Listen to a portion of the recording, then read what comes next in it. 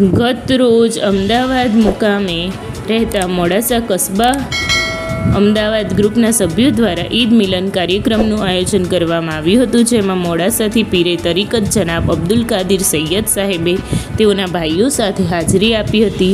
કસ્બા જમાઅતના પ્રમુખ ઈસાકભાઈ ગોરી, ઉપપ્રમુખ જનાબ હાજી અયુબભાઈ શેખ, સેક્રેટરી જનાબ યાસીનભાઈ કાજી તથા કસ્બા એજ્યુકેશન ટ્રસ્ટના પ્રમુખ જનાબ મોહમ્મદ હનીફ બેલીમ, જોઈન્ટ સેક્રેટરી જનાબ Babubhai Malek, education committee member જનાબ આરીફભાઈ કાજી પણ હાજર રહ્યા હતા.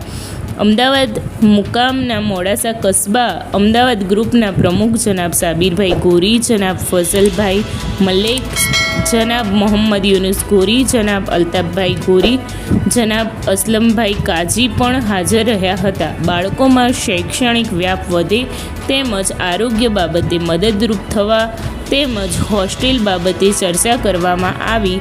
ભવિષ્યમાં આવનાર સમય માટે આયોજન કરવાનું નક્કી કરવામાં આવ્યું હતું.